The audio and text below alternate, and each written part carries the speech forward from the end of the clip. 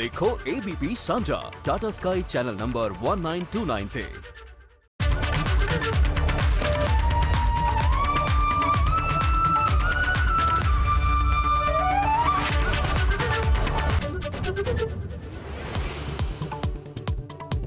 अरविंद केजरीवाल ने पंजाब के अध्यापकों को दित्तियां 8 गारंटियां। सरकार आउण ते सारे अध्यापक पक्के करन दा वादा। स्कूलों विच खाली असामियां भरन दी भी कही गल। ऑरबिट ट्रांसपोर्ट मामले नूं सुप्रीम कोर्ट लैके जाएगी पंजाब सरकार। हाई कोर्ट ने बसां दे रद्द परमिट ते इंपाउंड बसां तुरंत रिलीज़ करन दे दित्ते ने आदेश। राजा वड़िंग दी सफाई टैक्स ना भरन कारण जब्त कीतियां सी बसां। अकाली दल ते बीजेपी के मुड़ गठजोड़ की चर्चा ने फड़िया जोर। बीजेपी ने कुछ शर्तां समेत खोले दरवाजे, पर अकाली दल बसपा नाल ही देख रहा फिलहाल सियासी भविख। जलंधर पुलिस नाल भिड़े बेरोजगार अध्यापक। सिक्ख्या मंत्री प्रगट सिंह के घर बाहर किया जा रहा सी प्रदर्शन। पुलिस ने धू सुट्टे प्रदर्शनकारी। गलवान के 4 शहीदों को वीर चक्कर नाल किया गया सन्मानित। सिपाही गुरतेज सिंह नूं मिलिया वीर चक्कर। मानसा जिले के पिंड बिरेवाला नाल संबंधित है शहीद गुरतेज सिंह। 16 जून 2020 नूं गलवान घाटी विच चीन के फौजियों नाल हुई सी झड़प। सत श्री अकाल। पंजाब मेल दे विच तुहाडा स्वागत है ते मैं हाँ हरपिंदर सिंह। दिल्ली के मुख मंत्री अरविंद केजरीवाल का 2 दिना पंजाब का दौरा समाप्त हो चुका है। 2 दिना पंजाब दौरे के दौरान अरविंद केजरीवाल ने पंजाब की जनता के नाल कई वड्डे चुनावी वादे किए ने। अमृतसर दे विच अरविंद केजरीवाल के वल्लों टीचरां नूं 8 गारंटियां दित्तियां गईयां ने। अरविंद केजरीवाल के वल्लों दावा किया गया कि जेकर 2022 के दौरान पंजाब दे विच आम आदमी पार्टी की सरकार बनती है तो अध्यापकों नूं रैगूलर किया जाएगा। होर किहड़ियां गारंटियां अध्यापकों नूं अरविंद केजरीवाल के वल्लों दित्तियां गईयां ने, देखदे हां इस रिपोर्ट दे विच। अरविंद केजरीवाल के ऐलान, गारंटियां ते वादियां सने इल्जाम तराशियां ने सूबे की सियासत नूं भखा दिता है। केजरीवाल ने विधान सभा चोणां नूं लैके पंजाब विच सरगर्मियां वधाईआं होईआं ने। 23 नवंबर नूं अरविंद केजरीवाल अमृतसर पहुंचे। इत्थे उन्हां गारंटी के रूप में अध्यापकों नाल कई वादे कीते, जिन्हां दे विच मुख तौर ते चंगा सिक्ख्या प्रबंध तैयार किया जाएगा, कच्चे अध्यापक पक्के किए जाएंगे, अध्यापक की बदली मनमर्जी मुताबिक होगी, अध्यापक गैर विद्यक ड्यूटी नहीं करनगे, अध्यापकों दीयां खाली असामियां भरियां जाणगियां, अध्यापकों नूं विदेशों तो सिखलाई दवाई जाएगी, अध्यापकों नूं समय सिर तरक्की भी दी जाएगी, अध्यापकों के परिवारों का कैशलैस सेहत बीमा। टीचर्स को 8 गारंटी दे रहा हूं। आज केवल टीचर्स के लिए आया हूं। टीचर्स के कुछ ऐसे मसले हैं जिनको इमरजेंसी बेसिस के ऊपर उनका समाधान करना जरूरी है। पहली गारंटी ये है कि पंजाब के अंदर भी माहौल बदलेंगे, टीचर्स को अच्छा माहौल देंगे और टीचर्स के साथ मिलके पंजाब के शिक्षा के क्षेत्र में क्रांति लेके आएंगे, जैसे दिल्ली के अंदर लेके आए थे। ये हमारी सभी टीचर्स को और पेरेंट्स को गारंटी है। सरकार बनने के तुरंत बाद जितने टीचर्स आउटसोर्सिंग पे काम कर रहे हैं और जितने टीचर्स ठेके पे काम कर रहे हैं, उन सब लोगों को पक्का किया जाएगा। तो इसीलिए हमने दिल्ली में यह तय किया कि हर टीचर को उसकी मनमर्जी के उसके घर के पास देंगे उसका स्कूल। उसको घर से दूर भेजने की क्या जरूरत है। हर टीचर से पूछा जाता है, आप बताओ आप कौन से स्कूल में जाना चाहते हो। कोशिश की जाती है कि सभी टीचर्स को उनके मनमाफिक स्कूल दे दिया जाए, लेकिन अगर कहीं नहीं हो पाता उनको फिर उसके पास का कोई स्कूल दिया जाता है।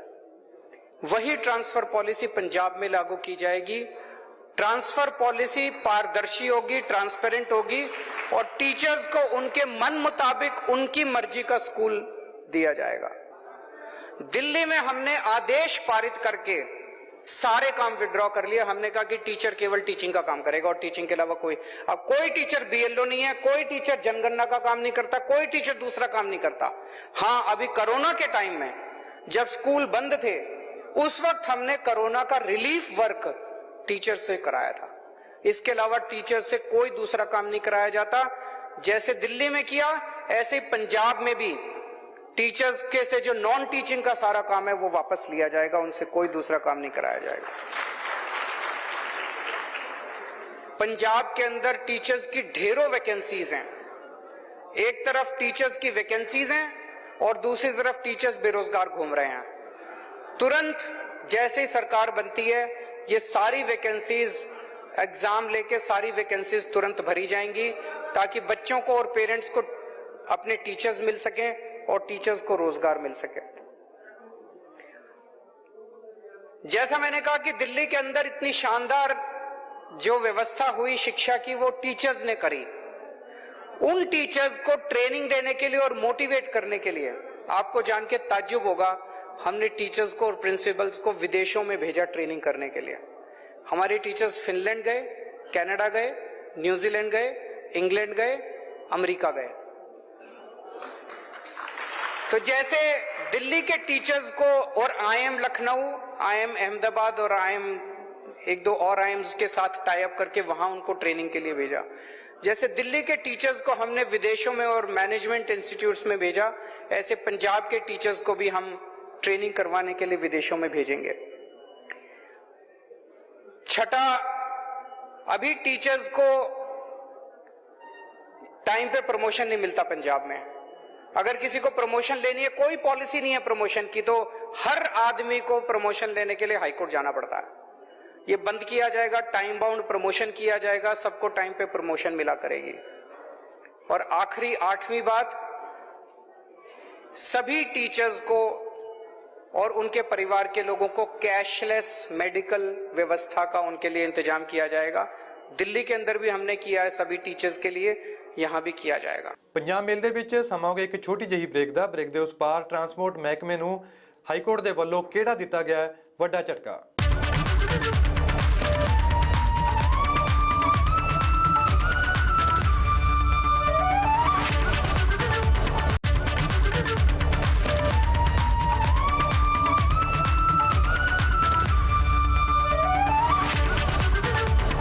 ਹਾਈਕੋਰਟ ਦੇ ਵੱਲੋਂ ਪੰਜਾਬ ਸਰਕਾਰ ਨੂੰ ਵੱਡਾ ਝਟਕਾ ਦਿੱਤਾ ਗਿਆ ਹੈ। ਟਰਾਂਸਪੋਰਟ ਵਿਭਾਗ ਦੇ ਵੱਲੋਂ ਔਰਬਿਟ ਬੱਸਾਂ ਖਿਲਾਫ ਕਾਰਵਾਈ ਕੀਤੀ ਗਈ ਸੀ। ਔਰਬਿਟ ਬੱਸਾਂ ਦੇ ਪਰਮਿਟ ਰੱਦ ਕਰ ਦਿੱਤੇ ਸਨ ਤੇ ਔਰਬਿਟ ਬੱਸਾਂ ਨੂੰ ਜ਼ਬਤ ਵੀ ਕੀਤਾ ਗਿਆ ਸੀ, ਜਿਸ ਤੋਂ ਬਾਅਦ ਪੰਜਾਬ ਸਰਕਾਰ ਦੀ ਇਹ ਕਾਰਵਾਈ ਹਾਈਕੋਰਟ ਦੇ ਵੱਲੋਂ ਖਾਰਜ ਕਰ ਦਿੱਤੀ ਗਈ ਹੈ। ਔਰਬਿਟ ਬੱਸਾਂ ਨੂੰ ਬਹਾਲ ਕਰਨ ਅਤੇ ਪਰਮਿਟ ਨੂੰ ਦੁਬਾਰਾ ਤੋਂ ਜਾਰੀ ਕਰਨ ਦੇ ਹੁਕਮ ਹਾਈਕੋਰਟ ਦੇ ਵੱਲੋਂ ਦਿੱਤੇ ਗਏ ਨੇ।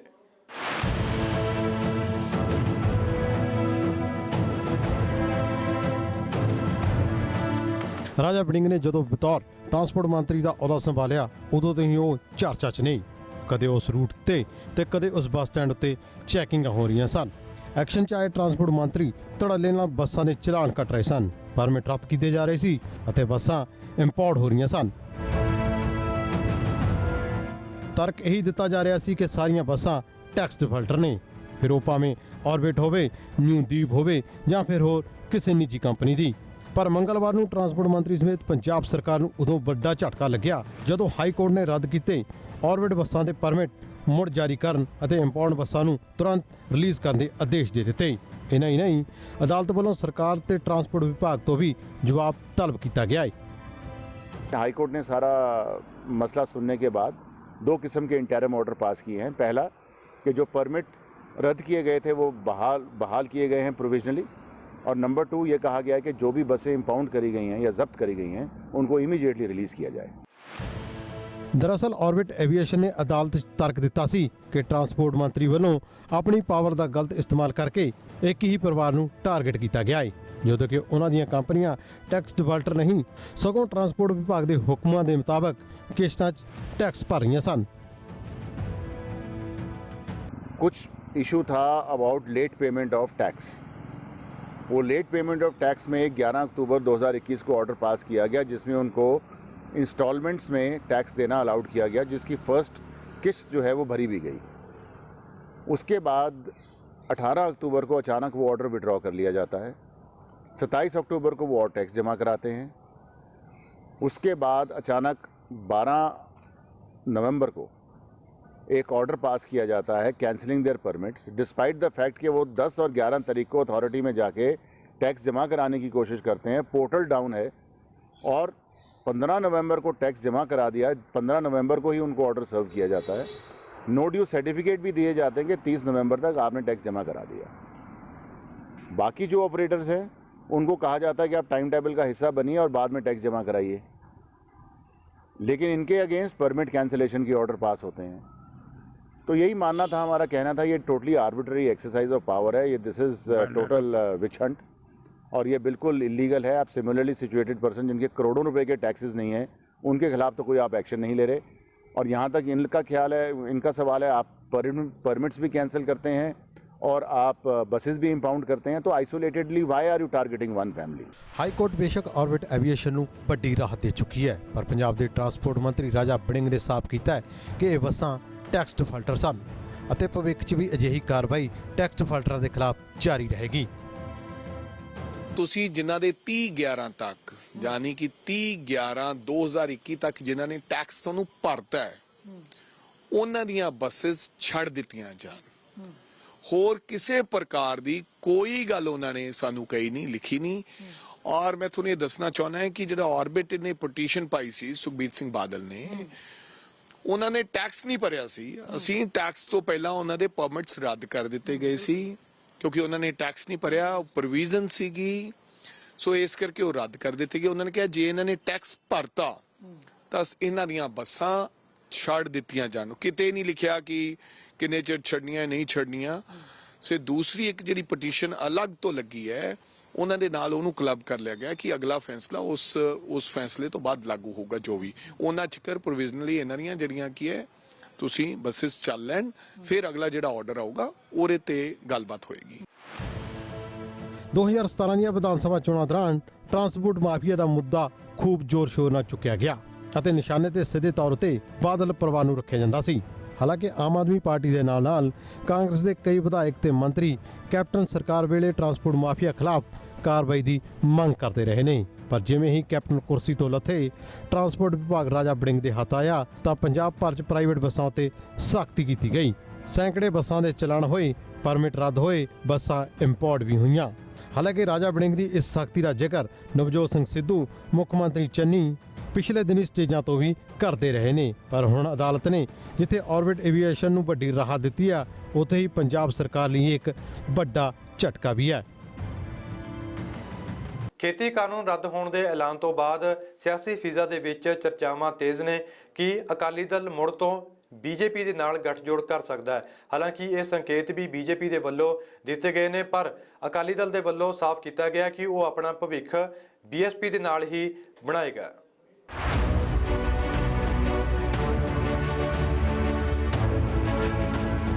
पहले अकाली दल हमारे साथ में बड़े भाई की तरह रोल अपना रहा था। आज तो हम, सही बात है, हम बड़ी भूमिका के अंदर हैं और वो आएगा तो अपनी भूमिका पहले तो इस पे उसको प्रमाणिकता देनी पड़ेगी कि वो हमारे साथ किस विचारों के लिए आता है। ਬੀਜੇਪੀ ਦੇ ਇਸ ਬਿਆਨ ਨੇ 2022 ਦੀਆਂ ਵਿਧਾਨ ਸਭਾ ਚੋਣਾਂ ਤੋਂ ਪਹਿਲਾਂ ਅਕਾਲੀ ਦਲ ਨਾਲ ਮੁੜ ਗੱਠਜੋੜ ਦੀਆਂ ਚਰਚਾਵਾਂ ਨੂੰ ਹਵਾ ਦੇ ਦਿੱਤੀ ਹੈ। ਹਾਲਾਂਕਿ ਖੇਤੀ ਕਾਨੂੰਨ ਰੱਦ ਕਰਨ ਦੇ ਐਲਾਨ ਤੋਂ ਬਾਅਦ ਇਹ ਚਰਚਾਵਾਂ ਪੰਜਾਬ ਦੀ ਸਿਆਸੀ ਫਿਜ਼ਾ 'ਚ ਆਮ ਹੋਣ ਲੱਗੀ ਸੀ ਕਿ ਸ਼ਾਇਦ ਦੋਵੇਂ ਪਾਰਟੀਆਂ ਮੁੜ ਇਕੱਠੀਆਂ ਹੋ ਸਕਦੀਆਂ ਨੇ। ਪਰ ਹੁਣ ਬੀਜੇਪੀ ਦੇ ਸੂਬਾ ਇੰਚਾਰਜ ਦੁਸ਼ਯੰਤ ਗੌਤਮ ਨੇ ਸਾਫ਼ ਕਰ ਦਿੱਤਾ ਹੈ ਕਿ ਬੀਜੇਪੀ ਵੱਲੋਂ ਹਰ ਪਾਰਟੀ ਲਈ ਰਾਸਤੇ ਖੁੱਲੇ ਨਹੀਂ। ਹਾਲਾਂਕਿ ਦੁਸ਼ਯੰਤ ਗੌਤਮ ਨੇ ਇਹ ਸ਼ਰਤ ਜ਼ਰੂਰ ਰੱਖੀ ਹੈ ਕਿ ਹੁਣ ਅਕਾਲੀ ਦਲ ਨੂੰ ਗੱਠਜੋੜ 'ਚ ਛੋਟੇ ਭਾਈ ਵਾਲੀ ਭੂਮਿਕਾ ਨਿਭਾਉਣੀ ਪੈ ਸਕਦੀ ਹੈ। आज तो हम, सही बात है, हम बड़ी भूमिका के अंदर हैं और वो आएगा तो अपनी भूमिका पहले तो इस पे उसको प्रमाणिकता देनी पड़ेगी कि वो हमारे साथ किस विचारों के लिए आता है। हमारे लिए राष्ट्र पहले है, देश पहले है और नेशन के बाद में हम पार्टी को मानते हैं। इस विचारों को लेकर कोई भी आएगा उसका स्वागत है। 117 सीटों पे भारतीय जनता पार्टी चुनाव लड़ेगी। पूरी सीटों पे हमारे पास उम्मीदवार भी हैं क्योंकि सेवाई संगठन, सेवाई समर्पण अनेकों ने एक माध्यम से जनता के बीच में हम आए हैं, खड़े हैं। ਬੀਜੇਪੀ ਨੇ ਬੇਸ਼ੱਕ ਕੁਝ ਸ਼ਰਤਾਂ ਦੇ ਨਾਲ ਆਪਣੇ ਪੁਰਾਣੇ ਸਾਥੀ ਦੇ ਲਈ ਦਰਵਾਜ਼ੇ ਖੋਲ੍ਹ ਰੱਖੇ ਨੇ, ਪਰ ਅਕਾਲੀ ਦਲ ਫਿਲਹਾਲ ਦੀ ਘੜੀ ਬੀਜੇਪੀ ਨਾਲ ਹੱਥ ਮਿਲਾਉਣ ਦੇ ਮੂਡ 'ਚ ਨਹੀਂ ਹੈ। ਸ਼੍ਰੋਮਣੀ ਅਕਾਲੀ ਦਲ ਦੇ ਪ੍ਰਧਾਨ ਸੁਖਬੀਰ ਬਾਦਲ ਨੇ ਸਾਫ਼ ਕਰ ਦਿੱਤਾ ਹੈ ਕਿ ਫਿਲਹਾਲ ਉਹਨਾਂ ਦਾ ਗੱਠਜੋੜ ਬਸਪਾ ਦੇ ਨਾਲ ਹੈ ਅਤੇ ਭਵਿੱਖ 'ਚ ਵੀ ਦੋਵੇਂ ਪਾਰਟੀਆਂ ਦਾ ਹੀ ਗੱਠਜੋੜ ਰਹੇਗਾ। ਸਾਡਾ ਬੀਐਸਪੀ ਨਾਲ ਸਮਝੌਤਾ ਹੈ, ਪੱਕਾ ਸਮਝੌਤਾ ਹੈ।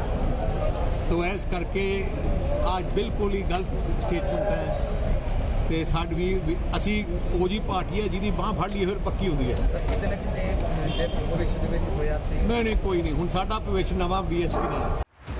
ਜ਼ਿਕਰਯੋਗ ਹੈ ਕਿ ਪੰਜਾਬ 'ਚ ਅਕਾਲੀ ਦਲ ਤੇ ਬੀਜੇਪੀ ਦੇ ਗੱਠਜੋੜ ਨੂੰ 9 ਮਾਸ ਦਾ ਰਿਸ਼ਤਾ ਕਿਹਾ ਜਾਂਦਾ ਸੀ, ਪਰ ਇਸ ਰਿਸ਼ਤੇ 'ਚ ਖੇਤੀ ਕਾਨੂੰਨਾਂ ਕਾਰਨ ਖਟਾਸ ਆਈ। ਖਟਾਸ ਵੀ ਅਜਿਹੀ ਕਿ 9 ਮਾਸ ਦਾ ਇਹ ਰਿਸ਼ਤਾ ਵਾਕਈ ਹੋ ਗਿਆ।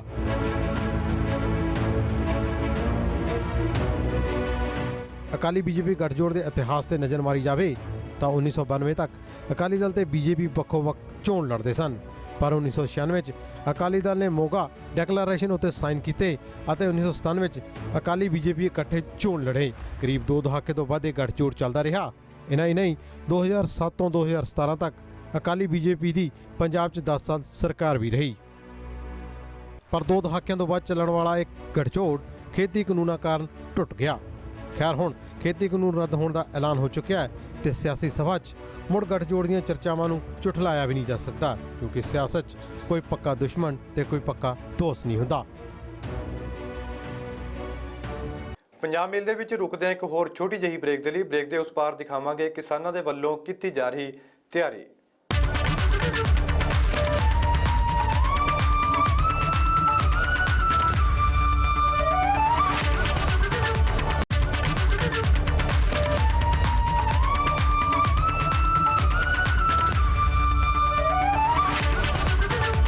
ਦਿੱਲੀ ਦੇ ਵਿੱਚ ਚੱਲ ਰਹੇ ਕਿਸਾਨਾਂ ਦੇ ਅੰਦੋਲਨ ਨੂੰ 1 ਸਾਲ ਪੂਰਾ ਹੋਣ ਵਾਲਾ ਹੈ। ਸੰਯੁਕਤ ਕਿਸਾਨ ਮੋਰਚੇ ਦੇ ਵੱਲੋਂ ਐਲਾਨ ਕੀਤਾ ਹੋਇਆ ਹੈ ਕਿ 26 ਨਵੰਬਰ ਨੂੰ ਵੱਡਾ ਇਕੱਠ ਦਿੱਲੀ ਦੀਆਂ ਸਰਹੱਦਾਂ ਦੇ ਉੱਤੇ ਕੀਤਾ ਜਾਵੇਗਾ। ਇਸ ਨੂੰ ਦੇਖਦੇ ਹੋਏ ਪੰਜਾਬ ਦੇ ਵਿੱਚ ਕਿਸਾਨਾਂ ਦੇ ਵੱਲੋਂ ਤਿਆਰੀ ਖਿੱਚ ਲਈ ਗਈ ਹੈ। ਕਿਸਾਨਾਂ ਦੇ ਵੱਲੋਂ ਲੋਕਾਂ ਨੂੰ ਅਪੀਲ ਕੀਤੀ ਜਾ ਰਹੀ ਹੈ ਕਿ ਵੱਧ ਤੋਂ ਵੱਧ ਲੋਕ ਇਕੱਠੇ ਹੋਣ ਅਤੇ ਦਿੱਲੀ ਦੇ ਵੱਲ ਚਾਲੇ ਪਾਉਣ। ਇਸ ਦੇ ਨਾਲ ਹੀ ਔਰਤਾਂ ਦੇ ਵੱਲੋਂ ਵੀ ਤਿਆਰੀ ਖਿੱਚੀ ਜਾ ਰਹੀ ਹੈ। ਔਰਤਾਂ ਘਰ ਘਰ ਜਾ ਕੇ ਤਿਆਰੀ ਖਿੱਚ ਰਹੀਆਂ ਨੇ ਅਤੇ ਔਰਤਾਂ ਨੂੰ ਲਾਮਬੰਦ ਕਰਨ ਦੇ ਵਿੱਚ ਲੱਗੀਆਂ ਹੋਈਆਂ ਨੇ।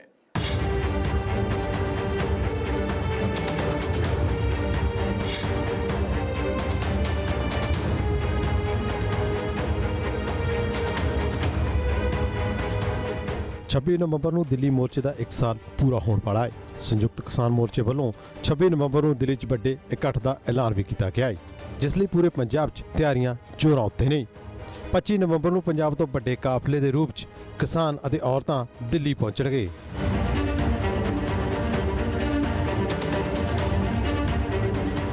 ਤਾਂ ਜੋ ਕੇਂਦਰ ਸਰਕਾਰ ਨੂੰ ਇੱਕ ਵਾਰ ਫਿਰ ਕਿਸਾਨ ਮਜ਼ਦੂਰ ਦੀ ਏਕਤਾ ਅਤੇ ਸ਼ਕਤੀ ਤੋਂ ਰੂਪ ਕਰਾਇਆ ਜਾ ਸਕੇ। ਮੋਦੀ ਸਰਕਾਰ ਪਿਛਲੇ ਸਾਲ ਤੋਂ ਜਿਹੜੇ ਕਾਲੇ ਕਾਨੂੰਨ ਨੇ ਉਹਨਾਂ ਵਿਰੁੱਧ ਅਸੀਂ ਦਿੱਲੀ ਗੁਰੂਆਂ ਤੇ ਬੈਠੇ ਹਾਂ। ਸਾਲ ਇੱਥੇ ਹੋ ਗਿਆ, 14 ਮਹੀਨੇ ਸਾਨੂੰ ਤਿਆਰੀ ਪੰਜਾਬ 'ਚ ਕਰਦਿਆਂ ਨੂੰ ਹੋ ਗਏ।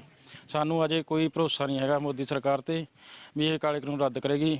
ਇਸ ਕਰਕੇ ਅਸੀਂ 25 ਤਰੀਕ ਨੂੰ ਇੱਥੋਂ ਟਰਾਲੀਆਂ ਲੈ ਕੇ ਜਾਵਾਂਗੇ, ਦਿੱਲੀ ਵੱਲ ਕੂਚ ਕਰਾਂਗੇ ਤੇ 15 ਦਿਨ ਇਹ ਜਿਹੜੇ ਹੁਣ ਜਾਣਗੇ ਉਹ ਰਹਿਣਗੇ। ਉਸ ਤੋਂ ਬਾਅਦ ਫਿਰ ਅੱਗੇ ਦੀ ਤਿਆਰੀ ਹੈ। ਦਿੱਲੀ ਕੂਚ ਲਈ ਪਿੰਡ ਔਰਤਾਂ ਵੀ ਪੂਰੀ ਤਰ੍ਹਾਂ ਸਰਗਰਮ ਨੇ। ਕਿਸਾਨੀ ਸੰਘਰਸ਼ ਨੂੰ ਹੋਰ ਮਜ਼ਬੂਤ ਕਰਨ ਦੇ ਇਰਾਦੇ ਨਾਲ ਔਰਤਾਂ ਵੱਲੋਂ ਘਰ ਘਰ ਜਾ ਕੇ ਰਾਸ਼ਨ ਅਤੇ ਫੰਡ ਵੀ ਇਕੱਠਾ ਕੀਤਾ ਜਾ ਰਿਹਾ ਹੈ।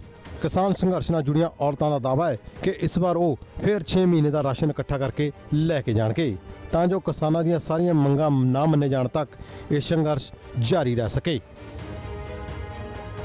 ਅਸੀਂ ਸਾਡੀਆਂ ਮਾਂ ਭੈਣਾਂ ਪਿੰਡ ਜਾ ਕੇ ਹੋਕਾ ਦੇ ਰਹੀਆਂ ਨੇਗੀਆਂ ਵੀ ਆਪਾਂ 26 ਤਰੀਕ ਨੂੰ ਖਨੌਰੀ ਬਾਰਡਰ ਤੋਂ ਬਹੁਤ ਵੱਡੇ ਕਾਫਲੇ ਦੇ ਵਿੱਚ ਜਾਣਾ ਹੈਗਾ।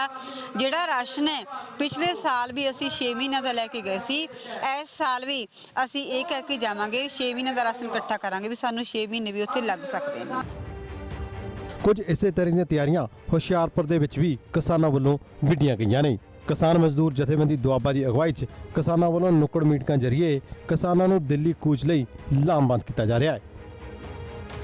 ਔਰ ਜਦੋਂ ਦੀ ਮੋਦੀ ਸਰਕਾਰ ਆਈ ਆ ਉਹਨੇ ਕਿਸਾਨ ਮਜ਼ਦੂਰ ਮੁਲਾਜ਼ਮ ਬਿਲਕੁਲ ਦਰੜ ਕੇ ਰੱਖ ਦਿੱਤੇ ਆ। ਉਹਨਾਂ ਨੂੰ ਕੋਈ ਵੀ ਇਨਸਾਫ ਦੀ ਗੱਲ ਨਹੀਂ ਕੀਤੀ। ਉਹਨਾਂ ਲਈ ਕੋਈ ਨਹੀਂ। ਸਾਡੇ 700 ਤੋਂ ਵੱਧ ਕਿਸਾਨ ਸ਼ਹੀਦ ਹੋ ਗਏ ਆ ਇਸ ਮੋਰਚੇ ਦੇ ਵਿੱਚ। ਅੱਜ ਤੱਕ RSS ਭਾਜਪਾ ਜਾਂ ਨਰਿੰਦਰ ਮੋਦੀ ਵੱਲੋਂ ਇੱਕ ਵੀ ਗੱਲ ਨਹੀਂ ਕਹੀ ਗਈ ਕਿ ਉਹ ਮਾੜਾ ਹੋਇਆ ਜਾਂ ਕੀ ਗੱਲ ਹੋਈ ਆ। ਬਹੁਤ ਬੁਰੀ ਗੱਲ ਆ। ਔਰ ਜਦ ਕਿ ਉਹ ਐਲਾਨ ਕਰੀ ਜਾਂਦੇ ਆ, ਜਦੋਂ ਤੱਕ ਐਲਾਨ ਦਾ ਸਾਡੇ ਤੱਕ ਗੱਲ ਪੂਰੀ ਪਹੁੰਚਦੀ ਨਹੀਂ, ਜਦ ਤੱਕ ਸਾਡਾ ਸੰਯੁਕਤ ਕਿਸਾਨ ਸੰਤੁਸ਼ਟ ਨਹੀਂ ਹੁੰਦਾ, ਉਦੋਂ ਤੱਕ ਇਹ ਸਾਡਾ ਸੰਘਰਸ਼ ਜਿਹੜਾ ਲਗਾਤਾਰ ਚੱਲੂਗਾ, ਇਸੇ ਤਰ੍ਹਾਂ ਚੱਲੂਗਾ। ਤਿਆਰੀਆਂ ਪੂਰੀ ਜ਼ੋਰਾਂ ਤੇ ਨੇ। ਜਾਨੀ 25 ਨਵੰਬਰ ਨੂੰ ਖਨੌਰੀ ਬਾਰਡਰ ਤੋਂ ਵੱਡੀ ਗਿਣਤੀ 'ਚ ਟਰੈਕਟਰ ਟਰਾਲੀਆਂ, ਮੋਟਰਸਾਈਕਲ, ਕਾਰਾਂ ਤੇ ਪੈਦਲ ਲੰਬੇ ਕਾਫਲੇ ਦਿੱਲੀ ਵੱਲ ਚਾਲੇ ਪਾਉਣਗੇ। ਗਲਵਾਨ ਘਾਟੀ ਦੇ ਸ਼ਹੀਦਾਂ ਨੂੰ ਸਨਮਾਨਿਤ ਕੀਤਾ ਗਿਆ। ਗਲਵਾਨ ਘਾਟੀ ਦੇ ਵਿੱਚ ਸ਼ਹੀਦ ਹੋਏ 4 ਜਵਾਨਾਂ ਨੂੰ ਵੀਰ ਚੱਕਰ ਦੇ ਨਾਲ ਸਨਮਾਨਿਤ ਕੀਤਾ ਗਿਆ। ਇਹਨਾਂ ਸ਼ਹੀਦਾਂ ਦੇ ਵਿੱਚ ਗੁਰਤੇਜ ਸਿੰਘ ਵੀ ਨੇ, ਜਿਨ੍ਹਾਂ ਨੂੰ ਵੀ ਵੀਰ ਚੱਕਰ ਦੇ ਨਾਲ ਸਨਮਾਨਿਤ ਕੀਤਾ ਗਿਆ। सिपाही गुरतेज सिंह ने विशिष्ट वीरता का प्रदर्शन किया और राष्ट्र के लिए सर्वोच्च बलिदान दिया। स्वर्गीय सिपाही गुरतेज सिंह की माता मरण उपरांत वीर गुरतेज सिंह ਨੂੰ ਵੀਰ ਚੱਕਰ ਨਾਲ ਸਨਮਾਨਿਤ ਕੀਤਾ ਗਿਆ। ਸਨਮਾਨ ਲੈਂਦੇ ਵੇਲੇ ਮਾਣ ਨਾਲ ਮਾਪਿਆਂ ਦਾ ਸਿਰ ਉੱਚਾ ਸੀ, ਪਰ ਮਾਂ ਦੀਆਂ ਅੱਖਾਂ 'ਚੋਂ ਹੰਝੂ ਵਹਿ ਤੁਰੇ।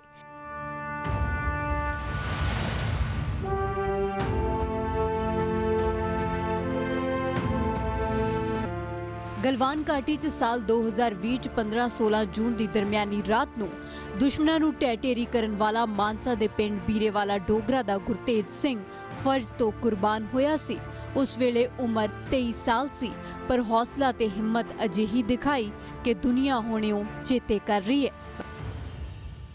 स्वयं गंभीर रूप से घायल होने के बावजूद अपनी निजी सुरक्षा की तनिक भी चिंता किए बगैर वो बहादुरी से लड़ते रहे और सर्वोच्च बलिदान देने से पहले उन्होंने अपने पेट्रोल दल के कई साथी सदस्यों की जान भी बचाई। सिपाही गुरतेज सिंह ने विशिष्ट वीरता का प्रदर्शन किया और राष्ट्र के लिए सर्वोच्च बलिदान दिया। स्वर्गीय सिपाही गुरतेज सिंह की माता श्रीमती प्रकाश कौर एवं पिता श्री बिरसा सिंह।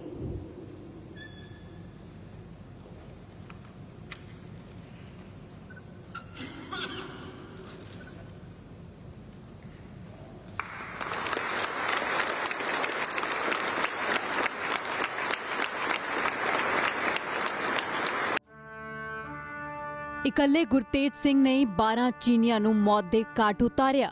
ਗੁਰਤੇਜ ਸਿੰਘ ਦੇ ਇਸੇ ਜਜ਼ਬੇ ਦੀ ਗਵਾਹ ਗਲਵਾਨ ਘਾਟੀ ਵੀ ਹੈ। ਗੁਰਤੇਜ ਸਿੰਘ ਦੇ ਸਾਥੀ ਜਵਾਨਾਂ ਨੇ ਉਸ ਦਿਨ ਦੀ ਜੋ ਕਹਾਣੀ ਸੁਣਾਈ, ਉਹ ਸੁਣ ਕੇ ਹਰ ਕੋਈ ਸੁੰਨ ਹੋ ਜਾਂਦਾ ਹੈ, ਪਰ ਫਕਰ ਨਾਲ ਸਿਰ ਉੱਚਾ ਹੁੰਦਾ ਹੈ, ਕਿਉਂਕਿ ਗੁਰਤੇਜ ਸਿੰਘ ਦੀ ਸ਼ਹਾਦਤ ਲਾਸਾਨੀ ਹੈ। ਬਾਕੀ ਤਾਂ ਮੁੰਡੇ ਦੱਸਦੇ ਆ ਜੀ ਜਿਵੇਂ ਆਏ ਆ, ਬਾਕੀ ਪ੍ਰੋਪਰ ਕਹਿੰਦੇ ਵੀ ਜਿਹੜਾ ਉੱਥੇ ਰਾਤ ਦਾ ਟਾਈਮ ਸੀਗਾ ਜੀ, ਇਹ ਵੀ ਇੱਕ ਵਾਰ ਜਦੋਂ ਇਸਨੇ ਜਦੋਂ ਉੱਪਰ ਹੱਲਾ ਬੋਲਿਆ ਜੀ, ਉਦੋਂ 4 ਜਵਾਨ ਇਹਦੇ ਉੱਪਰ ਪਏ ਜੀ, ਕਿਉਂਕਿ ਉਹ ਜਕਾਰੇ ਦੀ ਗੂੰਜ ਸੀ ਜਿਹੜੀ, ਜਦੋਂ ਉਹਨੇ ਬਲਾ ਸੋਹਣੇਵਾਲ ਦੇ ਜਕਾਰੇ ਛੱਡੇ ਆ ਜੀ, ਉਸ ਤੋਂ ਬਾਅਦ 4 ਜਵਾਨ ਇਹਦੇ ਉੱਪਰ ਡਿੱਗੇ ਜੀ। ਇਹਨੇ 2 ਜਵਾਨਾਂ ਨੂੰ ਜਦੋਂ ਉੱਪਰੋਂ ਧੱਕਾ ਮਾਰ ਕੇ ਪਹਾੜੀ ਤੋਂ ਥੱਲੇ ਸਿੱਟਤਾ ਜੀ ਪਾਣੀ ਦੇ ਵਿੱਚ, ਤੇ 2 ਨੂੰ ਬਾਅਦ ਦੇ ਵਿੱਚ ਫੇਰ ਥੱਲੇ ਸਿੱਟਿਆ ਜੀ, ਲੜਾਈ ਕੀਤੀ ਹੈ। ਤੇ ਫਿਰ ਉਹਨੇ 2 ਜਵਾਨ ਫੇਰ ਉਹਦੇ ਉੱਪਰ ਪਏ ਆ ਜੀ। ਜਦੋਂ ਇਸ ਤਰ੍ਹਾਂ ਕਰਦਿਆਂ ਲੜਦੇ ਰਹੇ ਜੀ, ਕਿਰਪਾਨ ਦੇ ਨਾਲ ਲੜਦੇ ਰਹੇ। ਕੁਛ ਜਵਾਨ ਤਾਂ ਉਹਦੇ ਨਹਿਰ ਦੇ ਵਿੱਚ ਸਿੱਟ ਕੇ ਉਹਨੇ ਜਿਹੜੇ ਮਾਰੇ ਆ ਜੀ, ਪਾਣੀ ਦੇ ਵਿੱਚ ਸਿੱਟੇ ਗਏ। ਤੇ ਜਦੋਂ 4 ਜਵਾਨ ਇਹਨੇ ਥੱਲੇ ਸਿੱਟੇ ਆ ਜੀ, ਤੇ ਉਦੋਂ ਆਪ ਵੀ ਨਾਲ ਡਿੱਗ ਗਿਆ ਜੀ, ਪਰ ਆਪ ਦਾ ਇਹਦਾ ਕਿਸੇ ਪੱਥਰ ਨਾਲ ਕਹਿੰਦੇ ਵੀ ਹੱਥ ਪੈ ਗਿਆ। ਹੱਥ ਪੈਣ ਨਾਲ ਜਿਹੜਾ ਸੀ ਦੁਬਾਰਾ ਵਾਪਸ ਚੜ੍ਹਿਆ ਜੀ, ਦਸਤਾਰ ਆਪਦੀ ਫੇਰ ਦੁਬਾਰਾ ਉਸ ਤਰ੍ਹਾਂ ਹੀ ਬੰਨ੍ਹ ਲਈ ਹੈ ਜੀ, ਜਿਸ ਤਰ੍ਹਾਂ ਸੀਗੀ, ਮਤਲਬ ਜਲਦੀ ਦੇ ਵਿੱਚ ਬੰਨ੍ਹ ਕੇ ਫੇਰ ਦੁਬਾਰਾ ਉਸ ਤਰ੍ਹਾਂ ਹੀ ਲੜਨਾ ਸ਼ੁਰੂ ਕਰਤਾ ਜੀ। ਮਤਲਬ ਅਗਰ ਪਿੱਠ ਪਿੱਛੇ ਵਾਰ ਨਾ ਹੁੰਦਾ ਤਾਂ ਜੀ ਮੈਨੂੰ ਲੱਗਦਾ ਨਹੀਂ ਸੀ ਵੀ ਗੁਰਤੇਜ ਪਿੱਛੇ ਹਟਣ ਵਾਲਾ ਸੀਗਾ। ਜਿਸ ਦਿਨ ਗੁਰਤੇਜ ਸਿੰਘ ਦੁਸ਼ਮਣਾਂ ਨੂੰ ਸਬਕ ਸਿਖਾ ਤਿਰੰਗੇ 'ਚ ਲਿਪਟ ਕੇ ਆਏ ਸਨ, ਮਾਨਸਾ ਦੇ ਇਸ ਪਿੰਡ ਦੀ ਫਿਜ਼ਾ 'ਚ ਨਾਰਿਆਂ ਦੀ ਗੂੰਜ ਸੀ। ਗੁਰਤੇਜ ਸਿੰਘ ਦੀ ਬਹਾਦਰੀ ਦੀਆਂ ਕਹਾਣੀਆਂ ਹਰ ਕਿਸੇ ਦੀ ਜ਼ੁਬਾਨ ਤੇ ਸਨ ਅਤੇ ਅੱਜ ਵੀ ਨੇ ਤੇ ਹਮੇਸ਼ਾ ਰਹਿਣਗੀਆਂ।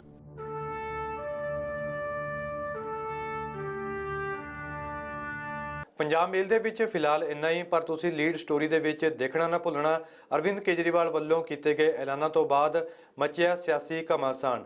ਮੈਨੂੰ ਦਿਓ ਇਜਾਜ਼ਤ। ਦੇਸ਼ ਦੁਨੀਆ ਤੇ ਪੰਜਾਬ ਦੀ ਹਰ ਵੱਡੀ ਖਬਰ ਲਈ ਦੇਖਦੇ ਰਹੋ ABP ਸਾਂਝਾ।